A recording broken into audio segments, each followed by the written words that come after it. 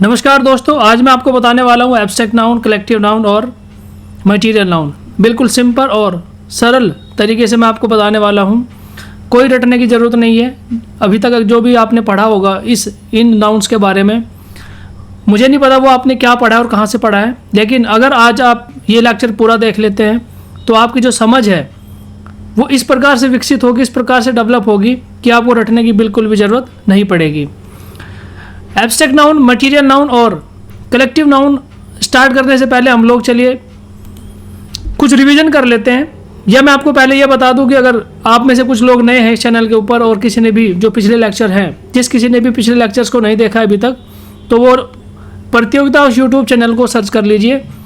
प्रतियोगिता house YouTube channel, अगर आपने किसी ने भी अभी तक ये लेक्चर्स को नहीं देखा है तो वो सबसे पहले जाइए, प्लेलिस्ट ओपन कीजिए और लेक्चर्स को ज़रूर देखिए। ये चारों नाउन स्टार्ट करने से पहले मैं आपको पिछले जो लेक्चर्स हैं उनका मैं आपको एक ओवरव्यू दे देता हूँ कि किस प्रकार से हमने ये जो पिछले लेक्चर्स हैं वो कवर किए हैं। देखिए, सबसे पहले हमने स्टार्ट किया था सेंटेंसेस से। हमने आपको बताया था ग्रुप ऑफ वर्ड्स को हम सेंटेंस कहते हैं। ग्रुप ऑफ वर्ड्स को हम लोग सेंटेंस कहते हैं। और ग्रुप ऑफ वर्ड्स भी किस प्रकार का, जिसका कोई पर्टिकुलर मीनिंग होता है, एक स्पेसिफिक मीनिंग होता है, उसको हम कहते हैं सेंटेंस। अगर किसी भी ग्रुप ऑफ वर्ड्स का कोई मीनिंग नहीं निकलता है तो हम उसको सेंटेंस नहीं कहेंगे। सेंटेंस हमेशा फुल स्टॉप से एंड होता है। सेंटेंस में हमेशा सब्जेक्ट होता है, सेंटेंस में हमेशा वर्ब होती है और सेंटेंस में हमेशा एक ऑब्जेक्ट भी दिया गया होता है। इस प्रकार इन तीनों चीज़ों से, या इससे भी ज़्यादा कई चीज़ें, इसमें एडजेक्टिव भी आ सकता है, आर्टिकल भी आ सकता है, इन तीनों या इससे भी ज़्यादा चीज़ों को मिला के, यानी पार्ट्स ऑफ स्पीच, जो हम पिछले लेक्चर में मैंने आपको पढ़ाया था कि पार्ट्स ऑफ स्पीच में 8 तरह की स्पीच होती हैं, 8 तरह के पार्ट्स होते हैं स्पीच के। तो उन 8 में से कोई भी, उन 8 में से एटलीस्ट मिनिमम ये 3 चीज़ें तो होनी ही चाहिए, तब हम उसको कहेंगे कि वो एक पर्टिकुलर सेंटेंस है या एक मीनिंगफुल सेंटेंस है। उसके बाद मैंने आपको पढ़ाया था, सेंटेंस के बाद मैंने आपको पढ़ाया था काइंड्स ऑफ सेंटेंसेस। देखिए, काइंड्स ऑफ सेंटेंसेस में 4 तरह के सेंटेंस हमने आपको बताए थे। नंबर 1 सेंटेंस था असर्टिव सेंटेंस। असर्टिव सेंटेंस में मैंने आपको बताया था कि सिंपल स्टेटमेंट अगर किसी सेंटेंस में दी गई है तो हम उसको कहेंगे असर्टिव सेंटेंस। और नंबर 2 इसमें आप देख लीजिए इंपैरेटिव सेंटेंस। इंपैरेटिव सेंटेंस में मैंने आपको बताया था कि 3 चीज़ें निकल के आएंगी। नंबर एक आएगा कमांड। अगर किसी सेंटेंस में कमांड दी जा रही है तो वो इंपैरेटिव सेंटेंस है। नंबर 2 आएगा रिक्वेस्ट। अगर किसी सेंटेंस में रिक्वेस्ट की जा रही है तो वो इंपैरेटिव सेंटेंस की कैटेगरी में आएगा। और नंबर 3 इंपैरेटिव सेंटेंस में आता है एडवाइस। अगर किसी सेंटेंस में एडवाइस दी जा रही है तो वो भी इंपैरेटिव सेंटेंस की कैटेगरी में आएगा। नंबर 3 मैंने आपको बताया था इंटरोगेटिव सेंटेंसेस। इंटरोगेटिव सेंटेंस 2 तरह के होते हैं। एक तो वो जो WH फैमिली से स्टार्ट होते हैं और एक वो जो हेल्पिंग वर्ब से स्टार्ट होते हैं। इन दोनों ही सेंटेंसेस में क्वेश्चन पूछा जाता है। इन दोनों ही सेंटेंसेस में क्या होता है, क्वेश्चन पूछा जाता है। तो इसलिए, और इनके लास्ट में ये क्वेश्चन वर्ड हमेशा लगा रहता है, क्वेश्चन मार्क हमेशा लगा रहेगा। और सबसे लास्ट में जो सेंटेंस आता है वो आता है एक्सक्लेमेटरी सेंटेंस। एक्सक्लेमेटरी सेंटेंस किस प्रकार के सेंटेंस होते हैं? ऐसे सेंटेंस जिनमें सडन फीलिंग शो की जाती है, जिनमें सडन फीलिंग शो की जाती है, दुख, बहुत ज़्यादा हर्षोल्लास, बहुत ज़्यादा दुख, इस प्रकार के सेंटेंसेस में शो किया जाता है, उनको हम कहते हैं एक्सक्लेमेटरी सेंटेंसेस। ठीक है। और ये प्रकार एक्सक्लेमेशन साइन उनके लास्ट में लगा रहता है। एक्सक्लेमेशन साइन इस प्रकार के सेंटेंसेस के लास्ट में आपको देखने को मिलेगा। तो ये मैंने आपको बताया कि सबसे पहले हमने पढ़ा था सेंटेंस, उसके बाद हमने पढ़ा था काइंड्स ऑफ सेंटेंसेस, और नंबर 3 पे हमने आपको बताया था सब्जेक्ट एंड प्रीडिकेट। देखिए, सब्जेक्ट एंड प्रीडिकेट क्या होता है? अगर मैं यहाँ पर एक सेंटेंस लिख देता हूँ, कि Seema was an intelligent girl in the class.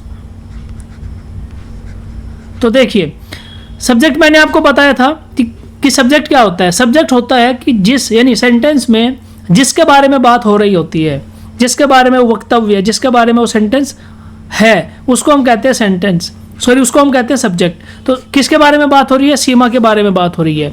तो यहाँ पर सीमा के बारे में बात हो रही है, तो सीमा क्या हो गया? यहाँ पर सब्जेक्ट हो गया। और जो रेस्ट ऑफ द सेंटेंस है, यानी जो बात सब्जेक्ट के बारे में कही गई है, वो हम क्या कहेंगे, उसको हम क्या कहेंगे, उसको हम कहेंगे प्रेडिकेट। प्रेडिकेट का मतलब हुआ कि जो वक्तव्य है, ये जो बात कही गई है सब्जेक्ट के बारे में, उसी को प्रेडिकेट बोलते हैं। नंबर 4 यहाँ पे मैंने आपको बताया था, नंबर चार मैंने आपको क्या बताया था, नंबर 4 था हमारा पार्ट्स ऑफ स्पीच। नंबर 4 था पार्ट्स ऑफ स्पीच। देखिए नंबर 4 था हमारा पार्ट्स ऑफ स्पीच, और पार्ट्स ऑफ स्पीच में मैंने आपको बताया था कि कितनी 8 पार्ट्स ऑफ स्पीच होती है हमारी। 8 पार्ट्स ऑफ स्पीच कौन कौन सी होती है?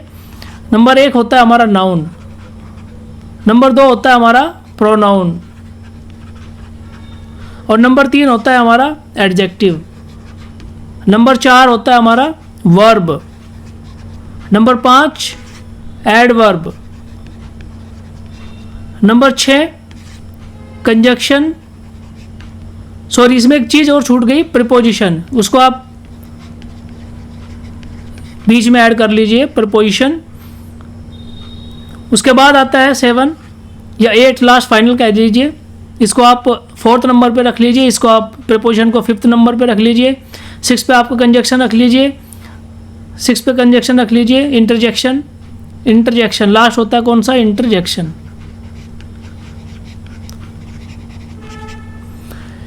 नंबर 1 पे आपका आ गया नाउन, 2 पे प्रोनाउन, 3 पे एडजेक्टिव, फिर वर्ब, 4 पे वर्ब, 5 पे आपका प्रपोजिशन हो गया, 6 पे एडवर्ब हो गया, 7 पे कंजक्शन हो गया और 8 पे इंटरजेक्शन हो गया।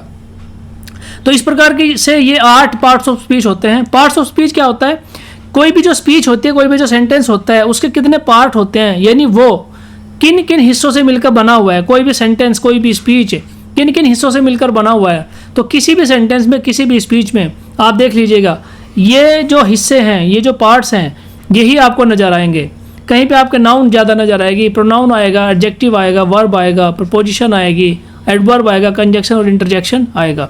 तो यही चीज़ें आपको किसी भी सेंटेंस या किसी भी स्पीच में आपको नज़र आने वाली हैं। तो इस प्रकार से हमने आपको 4 लेक्चर हमने कवर किए हैं अभी तक। जिस किसी ने ये लेक्चर्स नहीं देखे अभी तक, वो जाके पिछले लेक्चर्स को जरूर देखिएगा, सो दैट आपकी जो कनेक्टिविटी है हमारे साथ में वो बनी रहे, और फर्दर जितने भी लेक्चर आने वाले हैं वो आपको बेहतर तरीके से समझ में आ सके। तो चलिए अब हम शुरू करते हैं आज का लेक्चर। और आज का लेक्चर हमारा क्या है, देखिए, एब्स्ट्रैक्ट नाउन। मैंने आपको 3 नाउन ऑलरेडी मैं आपको पढ़ा चुका हूँ। नाउन में कौन कौन से नाउन मैंने पढ़ाए हैं? नाउन में हमने आपको पढ़ाया सबसे पहले प्रॉपर नाउन। प्रॉपर नाउन सबसे पहले मैंने आपको पिछले लेक्चर में पढ़ाया था। उसके बाद हमने आपको पढ़ाया था कॉमन नाउन। जी हाँ, अभी तक ये 2 नाउन हम लोग कवर कर चुके हैं, प्रॉपर नाउन और कॉमन नाउन। पिछले लेक्चर में हम ये 2 चीज़ें, यानी 2 नाउन हम कवर कर चुके हैं। बहुत ही डिटेल्ड तरीके से, बहुत ही सिंपल तरीके से हम लोग इनको कवर कर चुके हैं। पिछले लेक्चर को आप देख लीजिएगा, और जो लिंक है वो आपको दिया तो डिस्क्रिप्शन बॉक्स में मिल जाएगा। अदरवाइज जो आई बटन है इन्फॉर्मेशन वाला साइड में, वीडियो के लास्ट में आपको वो मिल जाएगा, वहाँ से क्लिक करके अदरवाइज आप प्ले लिस्ट में जाके देख लीजिएगा। तो ये दोनों नाम हम ऑलरेडी कवर कर चुके हैं, और आज जो हमको कवर करने वाले हैं वो है हमारा एब्स्ट्रैक्ट नाउन। देखिए एब्स्ट्रैक्ट नाउन क्या होता है? एब्स्ट्रैक्ट नाउन वो नाउन तो हमने आपको बताया था कि नाउन क्या होता है। नाउन होता है कोई भी नेमिंग वर्ड, यानी जिस चीज़ को कोई हम नाम दे देते हैं वो हमारी नाउन हो जाती है। इस दुनिया में ऐसी कोई चीज़ नहीं है जिसको हमने कोई नाम ना दिया हो। इसलिए जिस भी चीज़ को, किसी भी पर्सन को, प्लेस को, थिंग को, या एनिमल को, या फिर हम ये कहें फीलिंग, या फिर आइडिया, ठीक है, person, place, things, animals, feelings और आइडिया, इनमें से हम किसी को भी जो नाम देते हैं वो हमारी नाउन हो जाती है। आज हम बात करने वाले एब्स्ट्रैक्ट नाउन के बारे में। एब्स्ट्रैक्ट आपको नाम से ही समझ में आ रहा है कि एब्स्ट्रैक्ट क्या होता है। एब्स्ट्रैक्ट वो चीज़ होती है जिसको हम देख नहीं सकते, जिसको हम टच नहीं कर सकते, छू नहीं सकते, पकड़ नहीं सकते, उस चीज़ को हम कहते हैं एब्स्ट्रैक्ट, जो अदृश्य है, हमें दिखाई नहीं देती है। तो और जो चीज़ हमें दिखाई नहीं देती है, तो फिर उसको हम कैसे, उसको क्या है, उसका एग्जिस्टेंस किस प्रकार से है, वो किस प्रकार एग्जिस्ट करती है। जिसको हम देख नहीं सकते, जिसको हम छू नहीं सकते, जिसको हम पकड़ नहीं सकते, उसको हम महसूस कर सकते हैं, उसको हम क्या कर सकते हैं, उसको हम फील कर सकते हैं। जी हाँ, ऐसी वो चीज़, ऐसी चीज़ें जिनको हम फील कर सकते हैं उनको हम कहते हैं एब्स्ट्रैक्ट नाउन। ऐसी चीज़ें जिनको हम फील कर सकते हैं उनको हम कहते हैं एब्स्ट्रैक्ट नाउन। और ऐसी चीज़ें कौन सी होती हैं? लव, लव को आप फील कर सकते हो, लव को आप छू नहीं सकते, लव को आप देख नहीं सकते, बट उसको आप फील कर सकते हो। ठीक है, उसके बाद आता है सोरो या दुख। इसको आप फील कर सकते हैं, इसको आप छू नहीं सकते, देख नहीं सकते, पकड़ नहीं सकते, लेकिन इसको फील कर सकते हो आप। तो इस प्रकार के जो आइडियाज़ होते हैं, इसलिए डेफिनेशन में, पहले डेफिनेशन में ना 4 चीज़ें आती थी। डेफिनेशन में आता था पर्सन, प्लेस, थिंग्स, या फिर यूँ कहीं एनिमल। ये जो पुरानी बुक्स हैं, अगर आप उनको पढ़ेंगे तो आपको नाउन की डेफिनेशन में ये 4 चीज़ें देखने को मिलेगी। लेकिन समय के साथ साथ इम्प्रूवमेंट हो रहा है, तो बुक्स और जो थिंकर्स हैं, जो बुक्स लिखने वाले हैं, उन्होंने भी इसको इम्प्रूव किया है। उन्होंने एक चीज़ में एक चीज़ और ऐड करने लग गए। अब इसमें एक चीज़ और ऐड होने लगी, क्या? फीलिंग्स और आइडिया। ये चीज़ भी आप डेफिनेशन में लिखी हुई नज़र आपको आएगी। ठीक है, तो हम एब्स्ट्रैक्ट नाउन के बारे में बात कर रहे थे। तो एब्स्ट्रैक्ट नाउन क्या होता है? एब्स्ट्रैक्ट नाउन होता है कि जो चीज़ दिखाई नहीं देती है उसको हम जो नाम देते हैं, जिस चीज़ को हम फील कर सकते हैं, जिस चीज़ को हम छू नहीं सकते, केवल फील कर सकते हैं, उसको हमने जो नाम दिया है वो एब्स्ट्रैक्ट नाउन की कैटेगरी में आएगा। किस प्रकार से? An abstract noun is the name of some quality, feeling और idea. We can only think of, केवल उनके बारे में हम सोचा जा सकता है या सोच सकते हैं या फील कर सकते हैं, बट कैन नेवर टच और सी इट। किसी क्वालिटी के बारे में बात करें, जैसे ऑनेस्ट, ठीक है, ऑनेस्टी की अगर हम बात करें तो ये क्या है? ये क्वालिटी है। ये क्या है? ये क्वालिटी है। तो ये किस कैटेगरी में आएगी? ये एब्स्ट्रैक्ट नाउन की कैटेगरी में आएगी। या अगर हम लव की बात करें, प्यार, ये किस कैटेगरी में आएगा? ये एब्स्ट्रैक्ट नाउन की कैटेगरी में आएगा। या फिर अगर हम दुख की बात करें, ये किस कैटेगरी में आएगा? ये भी एब्स्ट्रैक्ट नाउन की कैटेगरी में आएगा। तो सेंटेंस में जब भी आप इस तरह के वर्ड्स देखोगे, तो आपको तुरंत समझ आ जाएगा कि ये किस कैटेगरी में आता है, ये एब्स्ट्रैक्ट नाउन की कैटेगरी में आता है। देखिए यहाँ पर एक एग्जाम्पल से आपको समझ में आ जाएगा। आप ये 2 सिचुएशन यहाँ पर दी गई हैं, 2 सिचुएशन यहाँ पर दी गई हैं। तो ये आप इमेजिन कीजिए कि आपकी जो फेवरेट टीम है, फेवरेट टीम हमारी कौन सी है? क्रिकेट में बात करें तो इंडियन क्रिकेट टीम की अगर हम बात करें, तो हम इंडियन क्रिकेट टीम की बात करें तो हमारी टीम जीत जाती है, मैच जीत गई है। अगर हमारी टीम मैच जीत गई है तो किस प्रकार की फीलिंग आपके अंदर नज़र आएगी? किस प्रकार आप फील करोगे उसको जब मैच जीत जाते हैं तो? और दूसरी सिचुएशन को अगर आप यहाँ पर इमेजिन करोगे कि आपकी मदर ने, आपने कोई गलत काम किया तो आपकी मदर ने आपको स्कोल्ड कर दिया, आपको डांट दिया। एक फीलिंग है जो मैच जीतने पर नज़र आती है और एक फीलिंग है जो डांटने पर अंदर से निकल के आती है। एक फीलिंग है हैप्पीनेस की और एक फीलिंग है सैडनेस की। तो ये जो हैप्पीनेस है और ये जो सैडनेस है, ये एब्स्ट्रैक्ट चीज़ें हैं दोनों। ये दोनों एब्स्ट्रैक्ट चीज़ें हैं, इनको आप टच नहीं कर सकते, इनको आप देख नहीं सकते, इनको आप पकड़ नहीं सकते, बट इनको आप फील कर सकते हैं। इनको आप फील कर सकते हैं, ये एब्स्ट्रैक्ट हैं। इसीलिए हम कहते हैं कि इस तरह की क्वालिटीज़, इस तरह की फीलिंग्स, इस तरह के आइडियाज़ जो हम खाली फील कर सकते हैं, छू नहीं सकते, पकड़ नहीं सकते, वो हम रखेंगे किसकी? एब्स्ट्रैक्ट नाउन की कैटेगरी में। ठीक है, तो एब्स्ट्रैक्ट नाउन आपको समझ में आ गई बहुत अच्छे तरीके से। उसके बाद नेक्स्ट आगे देखिए, उसी प्रकार से एक एग्जांपल और दिया यहाँ पर, ये एग्जांपल भी समझ लेते हैं। Similarly we know that honesty and beauty mean क्या? Honesty and beauty mean, but we can not touch और सी दैम। ऑनेस्टी भी है और ब्यूटी भी है, ये दोनों वर्ड्स को आप ध्यान से देखिए। ऑनेस्टी क्या? उसको हम पकड़ सकते हैं, टच कर सकते हैं, छू सकते हैं? जी नहीं, उसके बारे में केवल सोच सकते हैं, उसके बारे में केवल फील कर सकते हैं। तो इसलिए ऑनेस्टी क्या हुआ? एक क्वालिटी हुआ। ब्यूटी एक क्वालिटी है। तो इस तरह की जो चीज़ें किसी के अंदर पाई जाती हैं उनको हम एब्स्ट्रैक्ट नाउन के कैटेगरी में रखते हैं। उसके बाद when we talk about innocence of a baby, innocence ध्यान से देखिएगा, मैंने हाईलाइट भी कर रखा है, इसलिए इन वर्ड्स को मैंने हाईलाइट किया हुआ है कि ऑनेस्टी, ब्यूटी और इनोसेंस। जो बच्चा होता है उसके अंदर कितनी इनोसेंस होती है, हम कहते हैं कितना इनोसेंट बच्चा है। ठीक है, तो उसके अंदर वो जो क्वालिटी है इनोसेंस की, उसको हम एब्स्ट्रैक्ट नाउन के कैटेगरी में डालते हैं। तो ये सब चीज़ें किस में आएंगे? We do not see the innocence but we see is the baby because innocence is a quality and abstract thing.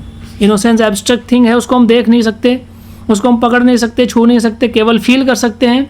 और किसी भी व्यक्ति के अंदर इस प्रकार की जो क्वालिटीज़ होती हैं उनको हम रखते हैं किसमें? एब्स्ट्रैक्ट नाउन की कैटेगरी में।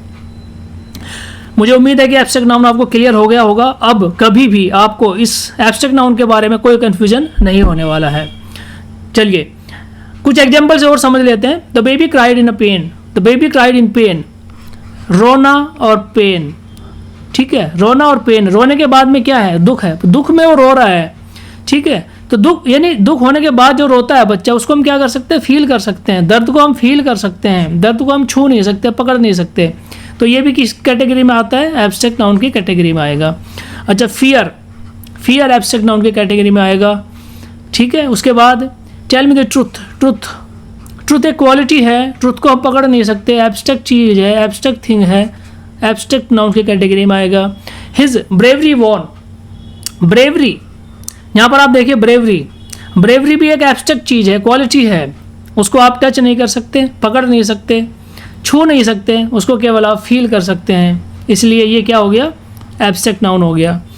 You should read book, you should read good books to gain knowledge, knowledge क्या हो गया? नॉलेज भी एब्स्ट्रैक्ट नाउन की कैटेगरी में आ गया, क्योंकि नॉलेज को आप पकड़ नहीं सकते, नॉलेज किसी की कैद में नहीं है, नॉलेज को आप छू नहीं सकते, नॉलेज को आप ये नहीं कह सकते कि ये मेरी नॉलेज है और ये मेरे ही पास रहेगी। वही नॉलेज जो आपके पास है, वही नॉलेज कोई दूसरा आदमी भी उसको ग्रहण कर सकता है, उसको प्राप्त कर सकता है, वही चीज़ को पढ़ के एक्सपीरियंस करके। इट मीन्स, इसका मतलब ये हुआ कि ये चीज़ें क्या हैं? ये सब क्वालिटी हैं, ये सब चीज़ें क्या हैं? क्वालिटी हैं। और क्वालिटी एब्स्ट्रैक्ट नाउन की कैटेगरी में आती है, क्योंकि क्वालिटी एब्स्ट्रैक्ट है, क्वालिटी एब्स्ट्रैक्ट है। Rajiv share some sweet memories, Rajiv shared some sweet memories of his childhood with me. देखिए मेमोरीज क्या है? मेमोरीज भी एब्स्ट्रैक्ट क्वालिटी हैं, इसलिए ये एब्स्ट्रैक्ट नाउन की कैटेगरी में आएंगी। एग्जाम्पल के थ्रू आपको चीज़ें समझ में आई है। अ सिंसियर पर्सन, अन ऑनेस्ट मैन, अ सिंसियर पर्सन, देखिए यहाँ पे थोड़ा सा ट्विस्ट है, मैं आपको समझा देता हूँ क्या है। अ सिंसियर पर्सन, ये पर्सन के बारे में बता रहा है। सिंसियर, ये क्या हो गया? एडजेक्टिव। क्यों एडजेक्टिव क्यों हो गया? पिछले लेक्चर में मैंने आपको बताया था, यहाँ भी आपको अच्छे तरीके से समझाने वाला हूँ, ध्यान से सुनिएगा। देखिए अ सिंसियर पर्सन, हमने आपको बताया था, हमने आपको क्या बताया था? एडजेक्टिव की डेफिनेशन में हमने आपको बताया था कि नाउन के बारे में, नाउन के बारे में जो ज़्यादा एक्सप्लेन करता है, यानी ऐसे वर्ड्स जो नाउन के बारे में एक्सप्लेन करते हैं या नाउन के बारे में और ज़्यादा इन्फॉर्मेशन हमें देते हैं, उनको हम कहते हैं क्या? एडजेक्टिव, उनको हम एडजेक्टिव बोलते हैं। तो देखिए ये क्या कह रहा है कि सिंसियर पर्सन, पर्सन की क्वालिटी को और ज़्यादा इन्हेंस कर रहा है, एलोबरेट करके बता रहा है क्या? ये वर्ड सिंसियर, कि किस प्रकार का आदमी है? सिंसियर है, ठीक है। तो इसलिए नाउन ये क्या है? पर्सन क्या है? नाउन है। किस प्रकार के नाउन है? कॉमन नाउन है, ठीक है। तो पर्सन की क्वालिटी को ये इन्हेंस करके बता रहा है, सिंसियर पर्सन है, तो यहाँ पर ये सिंसियर क्या हो गया? एडजेक्टिव हो गया, ठीक है। लेकिन अगर हम इसको सिंसियर को सिंसियरिटी बना दें तो ये क्या हो जाएगा? ये हो जाएगा नाउन। अब ये इसकी क्वालिटी हो गई, अब ये क्या हो गई? इसकी क्वालिटी हो गई। और क्वालिटी मैंने आपको बताया था कि किसी भी व्यक्ति में जो क्वालिटी होती है वो एब्स्ट्रैक्ट नाउन की कैटेगरी में आता है। उसी प्रकार देखिए यहाँ पर an honest man, honest man, जब तक ये यहाँ पर, जब तक ये नाउन के पहले यूज़ हो रहा है, जब तक ये नाउन के पहले यूज़ हो रहा है तब तक ये क्या हो गया? Honest, honesty. अच्छा, ऑनेस्ट को आप कन्वर्ट कर दीजिए ऑनेस्टी में, ऑनेस्ट को आप ऑनेस्टी में कन्वर्ट कर दीजिए, तो ये क्या है? यहाँ पर क्या हो गया? क्वालिटी, यहाँ पर ये क्वालिटी हो गया। और क्वालिटी क्या होती है? एब्स्ट्रैक्ट नाउन होती है। A happy child, brave, brave का ब्रेवरी हो जाएगा, प्राउड का प्राउडली हो जाएगा, काइंड, काइंडनेस हो जाएगा। इस प्रकार से इन सब क्वालिटीज़ को आप एब्स्ट्रैक्ट नाउन में कन्वर्ट कर सकते हैं। आई होप ये चीज़ आपको समझ में आ गई होगी। नेक्स्ट आगे चलते हैं। देखिए यहाँ पे देखिए कॉमन नेम, जितनी भी नाउन हमने अभी तक पढ़ी हैं उनको एक ही साथ यहाँ पे समराइज कर दिया गया है। क्या बोल रहा है कि common names of person, place और एनिमल, थिंग्स। कॉमन नाउन क्या होता है कि ऐसा नाम जो कॉमन दिया गया है सभी को, कोई पर्सन होगा, कोई प्लेस होगा, कोई थिंग होगा, ठीक है, उनको जो कॉमन नाम दिया गया है वो कॉमन नाउन की कैटेगरी में आता है। जैसे dog, table, country, girl. Dog का अगर कोई नाम लिख देंगे, जैसे डॉग का कोई नाम लिख देंगे जेवियर, जेवियर नाम लिख दिया तो जेवियर तो एक पर्टिकुलर डॉग का नाम हो गया, तो ये आ जाएगा आपका प्रॉपर नाउन की कैटेगरी में। गर्ल, गर्ल तो बहुत सारी होती हैं, बट उनमें से किसी एक पर्टिकुलर लड़की का अगर आप नाम लिख देंगे तो वो आ जाएगा किसमें, प्रॉपर नाउन की कैटेगरी में आ जाएगा। उसी प्रकार से कंट्री, कंट्री का अगर आप पर्टिकुलर नाम दे देंगे तो वो आ जाएगा किसकी कैटेगरी में, प्रॉपर नाउन की कैटेगरी में। इसलिए कॉमन नाउन और प्रॉपर नाउन आपको अच्छे से समझ में आ गई होगी। नेक्स्ट, एब्स्ट्रैक्ट नाउन अभी भी मैंने आपको पढ़ाया है कि वो चीज़ें यानी वो क्वालिटी जो एब्स्ट्रैक्ट होती हैं, किसी के भी अंदर जो एब्स्ट्रैक्ट क्वालिटीज़ होती हैं जिनको हम देख नहीं सकते, केवल फील कर सकते हैं, उनको हम कहते हैं एब्स्ट्रैक्ट नाउन की कैटेगरी। अच्छा, उसके बाद आता है कलेक्टिव नाउन। कलेक्टिव नाउन में अभी मैं आपको पढ़ाने वाला हूँ। देखिए, कलेक्टिव नाउन से पहले हम लोग पढ़ते हैं मटीरियल नाउन। मटीरियल नाउन क्या होता है? देखिए, मटीरियल नाउन होता है, यहाँ पे आप देखिए, यहाँ पे मटीरियल नाउन, मटीरियल नाउन होता है, देखिए, कोई भी ऐसी चीज़ जो रॉ मटेरियल से मिलकर बनी है, कोई भी ऐसी चीज़ जो रॉ मटेरियल से मिलकर बनी है उसको मटीरियल नाउन, इसके नाम से स्पष्ट हो रहा है, उसको मटीरियल नाउन कहेंगे। जैसे बेड है, जैसे बेड है, और बेड में क्या है? देखिए, बेड किससे मिलकर बना है? बेड फर्नीचर से मिलकर बना है, ठीक है, फर्नीचर या फिर आप कहें वुड, ये दोनों वर्ड अलग अलग हैं, अभी मैं आपको समझाने वाला हूँ। बेड है, फर्नीचर में आता है, बेड किस में आता है? फर्नीचर में आता है। और बेड किससे बना किससे है? बेड बना है वुड यानी लकड़ी से मिलकर बना है, ठीक है। तो लकड़ी से मिलकर बना है ना बेड, तो वुड क्या हो गया? वुड हो गया मटीरियल नाउन। अगर किसी सेंटेंस में आपको वुड नज़र आएगा तो ये हो गया आपका मटीरियल नाउन। लेकिन अगर किसी सेंटेंस में बेड आ गया, ठीक है, तो बेड क्या हो गया आपका? कॉमन नाउन, क्योंकि बेड तो बहुत सारे होते हैं, किसी पर्टिकुलर बेड की बात नहीं हो रही है या किसी पर्टिकुलर डिज़ाइन की बात नहीं हो रही है, इसलिए बेड हो गया कॉमन नाउन। और फर्नीचर, यहाँ पर देखिए क्या है फर्नीचर। फर्नीचर किसको कहते हैं? फर्नीचर कहते हैं एक ही कोई शॉप है, मान लो, ठीक है, ये कोई शॉप है, इस शॉप के अंदर आपको बेड भी मिलेगा, इस शॉप के अंदर आपको टेबल भी मिलेगी, इस शॉप के अंदर आपको चेयर भी मिलेगी, ठीक है। तो इस शॉप को हम क्या कहेंगे? इस शॉप को हम कहते हैं फर्नीचर शॉप, इस शॉप को हम कहेंगे फर्नीचर शॉप, ठीक है। तो फर्नीचर शॉप को हम कहेंगे क्योंकि उसके अंदर बेड भी है, टेबल भी है, चेयर भी है, ठीक है। तो ये जो फर्नीचर शॉप है ये किस तरह का कलेक्शन है? ये जो यहाँ पे लकड़ी की बनी हुई जो चीज़ें हैं, बेड, टेबल, चेयर, इनका कलेक्शन है, इसलिए फर्नीचर आएगा आपका कलेक्टिव नाउन की कैटेगरी में। फर्नीचर आएगा आपका कलेक्टिव नाउन की कैटेगरी में। दोनों चीज़ों को अलग से ध्यान से समझिएगा। देखिए, कलेक्टिव नाउन और मटीरियल नाउन, ठीक है, दोनों एक दूसरे के साथ जुड़ी हुई हैं, ध्यान से समझिएगा आप। दोबारा से आपको बताता हूँ। देखिए, एक तरफ आप लिख लीजिए कलेक्टिव नाउन, एक तरफ आप लिख लीजिए कलेक्टिव नाउन और दूसरी तरफ हमारा है मटीरियल नाउन। एक और एग्जाम्पल हम लेते हैं। अभी मैंने आपको फर्नीचर और लकड़ी का एग्जाम्पल दिया, ठीक है, मैंने आपको एग्जाम्पल दिया किसका? फर्नीचर का। फर्नीचर का एग्जाम्पल मैंने आपको दिया क्योंकि फर्नीचर मैंने आपको बताया कि फर्नीचर शॉप अगर हम बोलते हैं तो उसके अंदर बहुत सारी लकड़ी के सामान आपको नज़र आने वाले हैं, ठीक है। और ये जो लकड़ी है ये आता है किस में? मटीरियल नाउन की कैटेगरी में, और फर्नीचर आएगा कलेक्टिव नाउन की कैटेगरी में। चलिए, चॉकलेट ले लीजिए आप, चॉकलेट, ठीक है, चॉकलेट आप ले लीजिए, ठीक है। जो चॉकलेट है, एक आता है चोकोबीन, चोकोबीन से चॉकलेट बनती है ना। तो और चॉकलेट कितने प्रकार की होती हैं? चॉकलेट तो डेयरी मिल्क भी होती है, चॉकलेट तो स्निकर भी होती है, चॉकलेट मंच भी होती है। तो इतने प्रकार की चॉकलेट्स किसके अंदर आती हैं? यानी चॉकलेट की कैटेगरी में ये सब चीज़ें नज़र आएंगी आपको, ठीक है। तो ये क्या हो गया? ये क्या हो गया? Collective noun. ये हो गया कलेक्टिव नाउन। अगर मैं यहाँ पे लिखता हूँ बॉक्स ऑफ चॉकलेट, यानी बॉक्स ऑफ चॉकलेट, तो ये हो गया कलेक्टिव नाउन। चॉकलेट क्या हो गया? कॉमन नाउन हो गया, क्योंकि चॉकलेट एक कॉमन नाम दिया गया है सभी प्रकार की चॉकलेट्स को मिला के। चॉकलेट एक कॉमन नाम दिया गया है सभी प्रकार की चॉकलेट्स को मिला के, इसलिए चॉकलेट हो गया common noun. Box of chocolate हो गया कलेक्टिव नाउन, क्योंकि उसमें डिफरेंट टाइप की चॉकलेट्स को हमने इकट्ठा करके रखा हुआ है। और जो चोकोबीन है जिससे चॉकलेट बनी है, यानी जिस मटेरियल से, रॉ मटेरियल की हम बात कर रहे हैं, जो रॉ मटेरियल है उसको हम कहते हैं मटेरियल नाउन। जो रॉ मटेरियल है उसको हम कहते हैं मटेरियल नाउन। अब बताइए ये चीज़ आपको समझ में आया कि नहीं?